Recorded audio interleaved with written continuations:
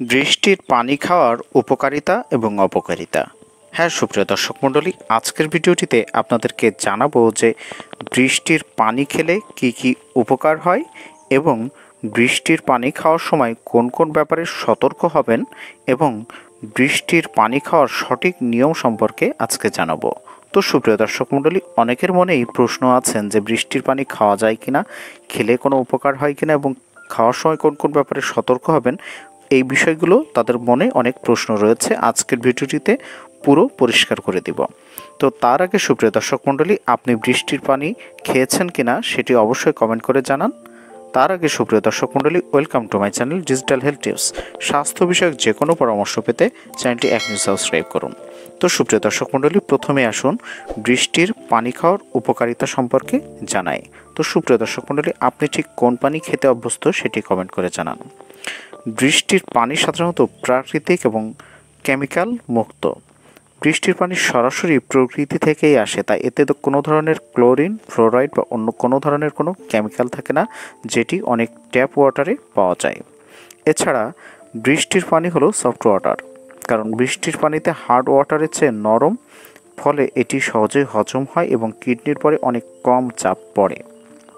এছাড়া বৃষ্টির পানি কিন্তু পরিবেশ বান্ধব এবং সাশ্রয়ী। বিশুদ্ধভাবে যদি সংগ্রহ এবং সংরক্ষণ করতে পারেন এবং তারপরে এটি পান করলে এটি আপনার জন্য সাশ্রয়ী হবে এবং সহজলভ্য উৎস হতে পারে।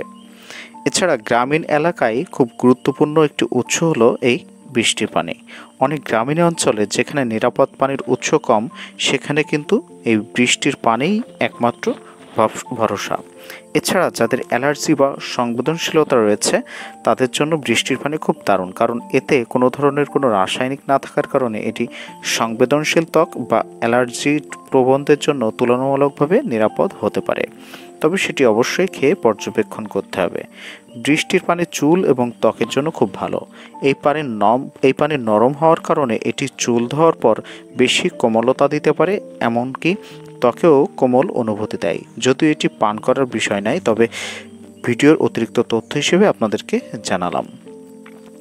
ট্যাপ ওয়াটারের বিকল্প হিসেবে এটি জরুরি প্রয়োজনে উপকারী। কোনো দুর্যোগ বা পানির সংকটে বৃষ্টির পানি হতে পারে জরুরি পানীয় জল হিসেবে। এটি ফুটিয়ে কিংবা ফিল্টার করেও আপনারা ব্যবহার করতে পারেন। কিন্তু সুপ্রিয় দর্শক মণ্ডলী, এটি খাওয়ার ক্ষেত্রে বেশ কিছু কিন্তু আপনাদেরকে সতর্ক হতে হবে বা কিছু কিছু ক্ষতিকর দিক রয়েছে। যেমন বায়ু দূষণের কারণে দূষিত হতে পারে এই পানি। বৃষ্টি পড়ার সময় বাতাসে থাকা ধুলা গ্যাস, যেমন সালফার ডাইঅক্সাইড, নাইট্রোজেন অক্সাইড পানিতে মিশে অ্যাসিড রেইন তৈরি করে, যেটি পান করলে কিন্তু আপনার ক্ষতি হতে পারে। এছাড়া ছাদ বা সংযোগস্থলের মাধ্যমে ব্যাকটেরিয়া বা ভাইরাস মিশে থাকে অনেক সময়। ছাদে পানির মল, ধুলো, ময়লা বা বিভিন্ন ধরনের বৃষ্টির পানিতে যদি মিশে থাকে, সেক্ষেত্রে আপনার কিন্তু টাইফয়েড, ডায়রিয়া বা কলেরাও কিন্তু আপনার হতে পারে।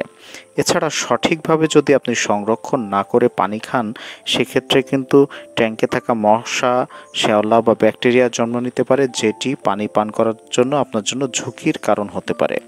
এছাড়া সব বয়সের জন্য কিন্তু এই বৃষ্টির পানি নিরাপদ নয়। বিশেষ করে শিশু, বৃদ্ধ এবং রোগীদের জন্য বৃষ্টির পানি কিন্তু ঝুঁকিপূর্ণ, কারণ তাদের রোগ প্রতিরোধ ক্ষমতা অনেক কম থাকে। এছাড়া বৃষ্টির পানি কিন্তু সীসা এবং অন্যান্য ধাতব পদার্থে মিশে থাকে। পুরনো টিনের ছাদ বা রেইন পাইপ যদি সীসা বা দস্তায় তৈরি হয়, সেক্ষেত্রে রাসায়নিক বৃষ্টির পানি মিশে যেতে পারে, যেটি শরীরের জন্য বিপজ্জনক বিষ। এছাড়া শক্তিশালী অ্যাসিড রেইনও কিন্তু তৈরি করতে পারে। শিল্প এলাকা বা শহরে বাতাসে সালফার, নাইট্রোজেন অক্সাইড বেশি থাকলে বৃষ্টির পানি হয়ে ওঠে অ্যাসিডিক। এটি পান করলে কিন্তু গ্যাস্ট্রিক আলসার বা কিডনির সমস্যা হতে পারে। এছাড়া অপরিশোধিত বৃষ্টির পানি পান করলে বমি, পাতলা পায়খানা, জ্বর, বিশেষ করে ছোট বাচ্চাদের কিন্তু এগুলো বেশি দেখা যায়। কিন্তু সুপ্রিয় দর্শক মণ্ডলী, এটি কিন্তু আপনার সঠিক নিয়ম আছে। এই সঠিক নিয়মে খেতে পারলে কিন্তু আপনি অনেক দ্রুত উপকার পাবেন। প্রথম 20 থেকে 30 মিনিটের বৃষ্টির যে পানি, সেটি কিন্তু আপনারা সংগ্রহ করতে পারেন, এটি নিরাপদ। যেখান থেকে আপনি পানি নিচ্ছেন সেই ছাদ এবং পাইপ কিন্তু নিয়মিত পরিষ্কার করতে হবে। এছাড়া বৃষ্টির পানি ফুটিয়ে নিন বা ফিল্টার করে ব্যবহার করতে পারেন। পানির গন্ধ, রং বা স্বাদে পরিবর্তন হলে কখনোই পান করবেন না। নিরাপদভাবে সংরক্ষিত পানি কয়েকদিনের বেশি রাখার কোনো প্রয়োজন নেই। তো সুপ্রিয় দর্শক মণ্ডলী, পরিশেষে বলতে চাই যে বৃষ্টির পানি আমাদের প্রকৃতির উপহার, তবে অসচেতনতায় এটি হতে পারে বিপদের কারণ। নিরাপদে খেতে চাইলে অবশ্যই নিয়ম মেনে সংগ্রহ এবং বিশুদ্ধীকরণ প্রয়োজন আছে। তো সুপ্রিয় দর্শক মণ্ডলী, আজকের ভিডিওটি এ পর্যন্তই ছিল। সবাই ভালো থাকবেন, সুস্থ থাকবেন। ধন্যবাদ।